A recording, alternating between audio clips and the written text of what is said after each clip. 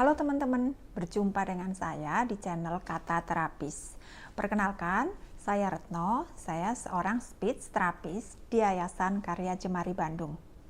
Pada kesempatan kali ini, saya akan mencoba berbagi tips mengenai bagaimana cara mengatasi gagap, atau biasanya kita sebut dengan istilah stuttering. Nah teman-teman, kapan sih seseorang ini dikatakan gagap? Seseorang dikatakan menggagap jika ketika berbicara dia berkali-kali melakukan pengulangan atau perpanjangan baik itu terhadap suku kata, ataupun kalimat yang diujarkannya. Pengulangan ini biasanya kita sebut dengan istilah repetition, sedangkan perpanjangannya kita sebut dengan istilah prolongation. Nah teman-teman, ada baiknya kita mengetahui tingkatan-tingkatan dari kegagapan itu sendiri. Di mana tingkatan dari kegagapan itu sendiri antara lain yang pertama kita mengenalnya dengan primary stuttering atau kegagapan primer. Pada tahapan ini seseorang mulai mengulang-ulang atau memperpanjang tadi ya suku kata ataupun kalimat ketika dia berbicara. Biasanya ini terjadi dalam situasi atau keadaan tertentu. Misalnya ketika dia mau menceritakan tentang kegembiraan. Nah, pada tahapan ini kebanyakan penggagap atau yang bersangkutan itu belum menyadari bahwa dirinya gagap.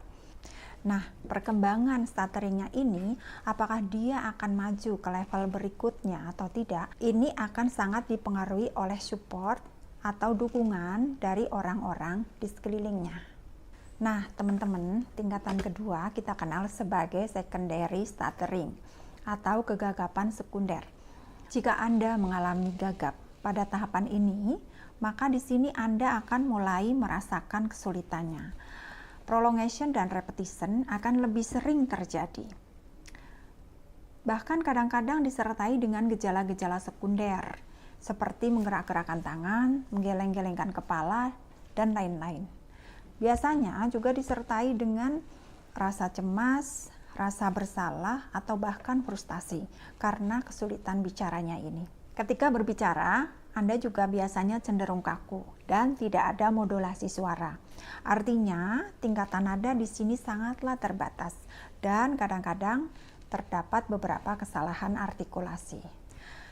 Nah, oke teman-teman, ada beberapa ahli berpendapat bahwa kegagapan sekunder ini bisa disembuhkan dengan melakukan psikoterapis.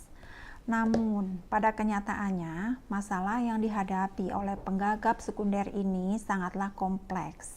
Jadi pada kasus yang lebih berat, mungkin Anda akan memerlukan bantuan ahli lain untuk membantu mengatasi kesulitan bicara Anda. Salah satunya adalah speech therapist. Satu poin penting yang harus Anda perhatikan di sini, sebelum melakukan sesi latihan, Anda harus belajar menerima kesulitannya dan belajar menghadapinya. Nah, teman-teman, sekarang kita akan mencoba langsung ke sesi latihannya. Coba Anda perhatikan, kira-kira kata mana yang paling sering Anda takuti ketika Anda hendak mengujarkannya. Lalu coba berdiri di depan cermin dan sengaja menggagap dengan kata tersebut.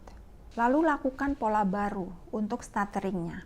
Artinya, Anda tidak menggagap dengan cara lama, tetapi Anda akan berusaha mengatasi kesulitan Anda dengan cara bicara yang lain. Nah, cara tersebut diantaranya, pertama, dengan memantulkan, atau kita kenal dengan teknik bouncing, yaitu mengulang dengan santai atau rileks.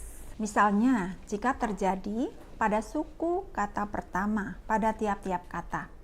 Oke, kita ambil contoh ya, pola gagap untuk kata buku misalnya ya. Anda ujarkan buku. Oke? Buku. Maka Anda bisa mengulanginya dengan santai. Menjadi buku. Bila Anda berhasil mengulanginya, majulah selangkah lagi. Menjadi buku,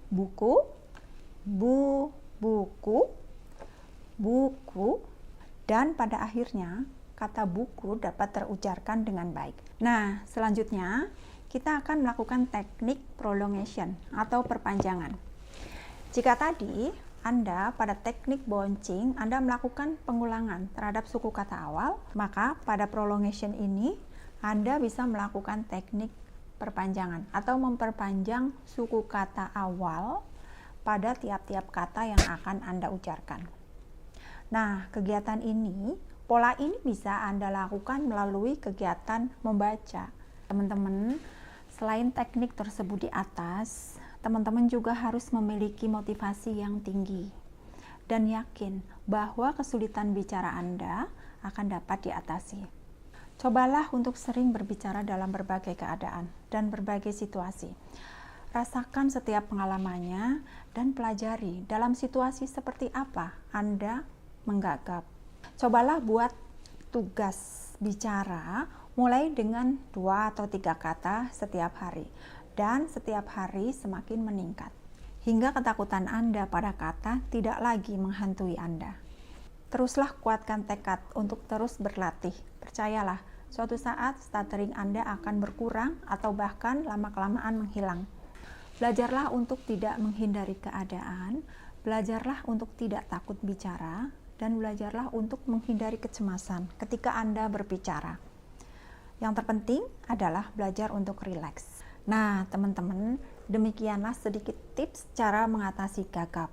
Semoga tips ini bermanfaat dan bicara Anda akan semakin lancar. Terima kasih, sampai jumpa di sesi selanjutnya.